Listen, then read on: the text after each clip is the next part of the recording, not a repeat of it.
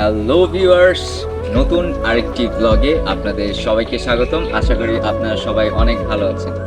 তো সকালে ঘুম থেকে উঠেই আমরা চলে এসেছি গ্রাম পরিদর্শন করতে। তো এখন আমি যেখানে আছি এলাকাটার নাম হচ্ছে জোনাইল। তো এই জোনাইল এলাকার ম্যাক্সিমাম বাসিন্দাই হচ্ছে খ্রিস্টান ধর্মী অবলম্বী। তো আজকে আপনাদের তাদের সম্পর্কে সব তথ্য জানাবো। তাছাড়া তাদের পবিত্র স্থান ক্যাথলিক চার্চ সেটা ঘুরে দেখাবো। তো ততক্ষণ আপনারা আমাদের সঙ্গেই থাকুন।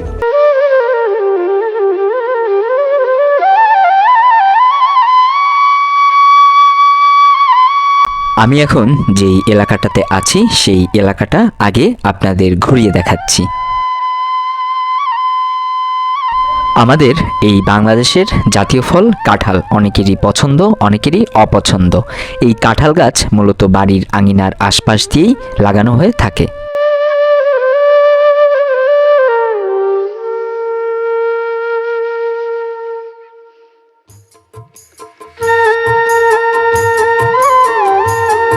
গ্রামের প্রতিটি বাড়িতেই উঠান কিংবা আঙিনা হয়ে থাকে। উঠানের পাশ ধরেই এত সুন্দর মেঠো পথ। গ্রামীণ মেঠোপথগুলোই মূলত গ্রামকে সুন্দর করে তোলে এবং মনকে হাতছানি দিয়ে ডাকতে থাকে। তখন এই মেঠোপথ ধরে হাঁটতে খুবই ভালো লাগে। যদিও রাতের বেলা একটু চলাচল করতে অসুবিধা হয়ে থাকে, তারপরেও গ্রামীণ যেই একটা শান্তি, সেটা ঢাকা শহরের কোটি টাকা বাড়ির সঙ্গে তুলনা করলে সেটা হবে তুলনামূলকভাবে ভিত্তিহীন। আপনারা যারা ঢাকা শহরে বসবাস করে থাকেন তাদের উদ্দেশ্যেই একটি কথা, গ্রামের যে আলাদা একটা শান্তি, এটা যদি আপনারা ফিল করতে চান তাহলে গ্রামে এসে প্রকৃতির সঙ্গে একেবারে মিশে যেতে হবে। তাহলে গ্রামের যে আলাদা একটা শান্তি সেটা আপনারা কিছুটা হলেও অনুভব করতে পারবেন, যে শান্তিটা আমি এখন উপভোগ করছিলাম।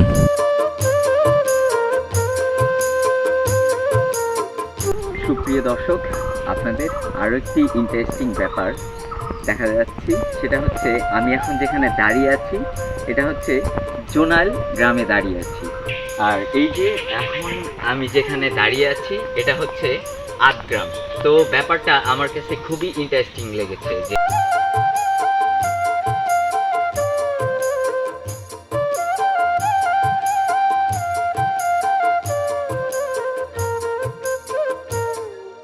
আপনারা এখন যে বসার স্থানটা দেখতে পাচ্ছেন এটা হচ্ছে আঞ্চলিক ভাষায় মাচাইল বলা হয়ে থাকে। গ্রামের শান্তির স্থানের মধ্যে এই একটি, যেখানে আপনি সন্ধ্যার পরে বসলে প্রকৃতির মৃদু বাতাস একদম ফ্রিতেই উপভোগ করতে পারবেন, যেটা আপনি ঢাকা শহরে বসে কোটি টাকা হলেও সেটা উপভোগ করতে পারবেন না। আমি এই গ্রামীণ মেঠোপথ দিয়ে যতই হাঁটছি ততই মুগ্ধ হয়ে যাচ্ছি। গ্রাম যে কতটা সুন্দর সেটা গ্রামে না আসলে কখনোই অনুভব করা সম্ভব নয়।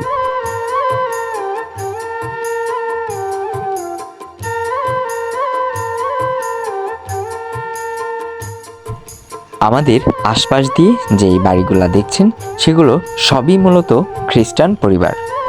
এখানে এসে যেটি বুঝলাম সেটি হচ্ছে এখানকার খ্রিস্টান পরিবারগুলো খুবই আন্তরিক এবং খুবই অতিথি আপ্যায়নপ্রেমী। আমরা এখন যাচ্ছিলাম জোনাইল বাজারের দিকে, তাও আবার ভ্যানের উপরে চড়ে।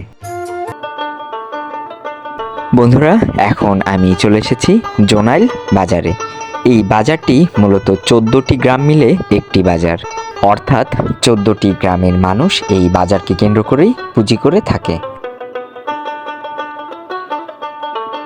এই বাজারে দুটি দিনকে কেন্দ্র করে হাট বসে থাকে। সেই দুটি দিন হচ্ছে শনিবার আর আরেকটি মঙ্গলবার। আমরা শনিবারের একটি হাটে এই বাজারে উপস্থিত হয়েছিলাম।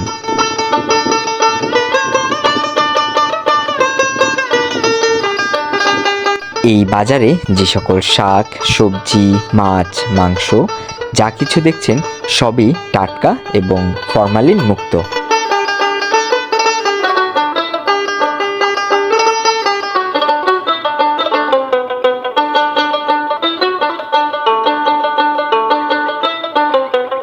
বাজারটি খুবই বড় একটি বাজার, যেহেতু 14টি গ্রাম মিলে একটি বাজার, তাই অনেক বড়। এই জন্য পুরো বাজারটি আপনাদের ঘুরিয়ে দেখানো সম্ভব হচ্ছে না। যতটুকু পারি ততটুকু আপনাদের দেখানোর চেষ্টা করছি।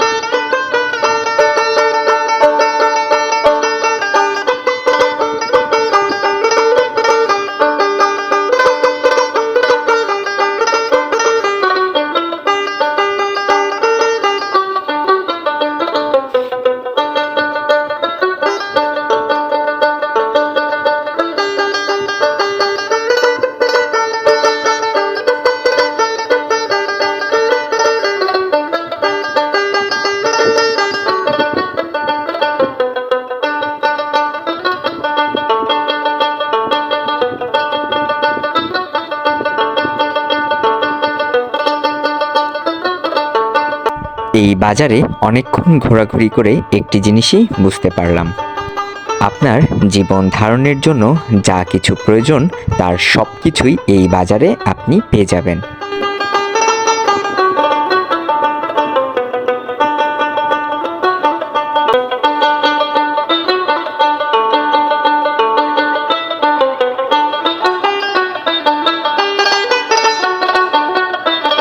আমরা এখন যে ব্রিজটি পার হচ্ছি, এই ব্রিজটির নাম হচ্ছে কান্তন সড়ক। এই ব্রিজটি ফাদার কান্তন প্রতিষ্ঠিত করেছিলেন, তার নামকে কেন্দ্র করেই এই ব্রিজটির নাম রাখা হয়েছে। ব্রিজটি প্রতিষ্ঠিত হয়েছে 1982 সালে।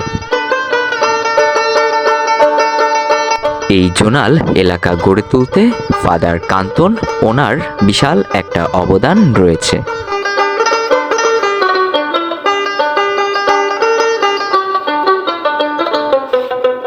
বাঁশ দিয়ে বানানো এই পাত্রগুলা কালের বিবর্তনে প্রায় হারিয়ে যেতে বসেছে। গ্রাম ছাড়া এগুলোর দেখা মেলে না বললেই চলে।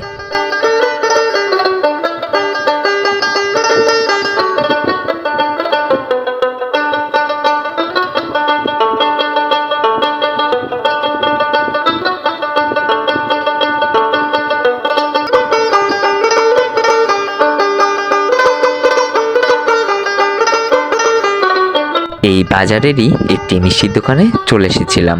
সেখানে এসে গরম গরম সিঙ্গারা আর রসমালাই খেয়েছিলাম।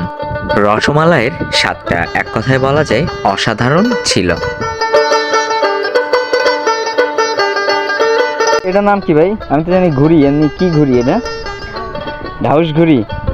এটা কত উপরে উঠবে? অনেক উপরে। ডাক দেয় এটা? তুমি কি বিলে উড়াইতে যাইতেছো? উড়বে? আচ্ছা ঠিক আছে, যাও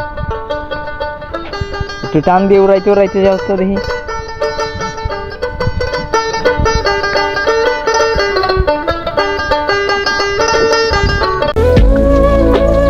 আমরা বাজার থেকে সোজা বাসায় চলে এসেছিলাম।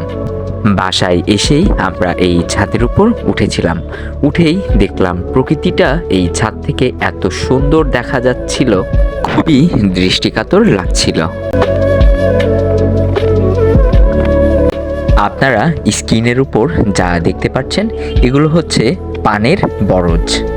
পান মূলত এভাবেই চাষ করা হয়ে থাকে।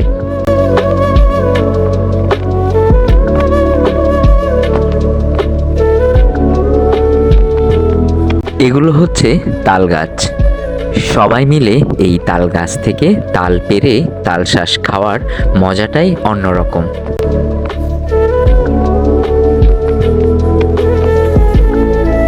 বাসা থেকে 3 মিনিটের দূরত্ব এই বিল। দেরি না করে চলে আসলাম বিলের হাওয়া খাওয়ার জন্যে।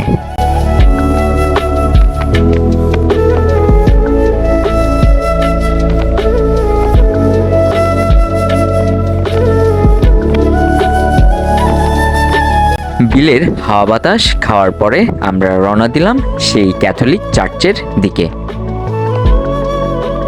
আমাদের একটি ভুল ডিসিশন নেওয়া হয়েছিল, সেটা হচ্ছে আমরা চার্চে যাওয়ার সময়টা বেছে নিয়েছিলাম বিকালের দিকে, কিন্তু যেতে যেতে আমাদের প্রায় সন্ধ্যা লেগে গিয়েছিল। দেখতে দেখতে চলে আসলাম সেই কাঙ্ক্ষিত স্থান ক্যাথলিক চার্চে।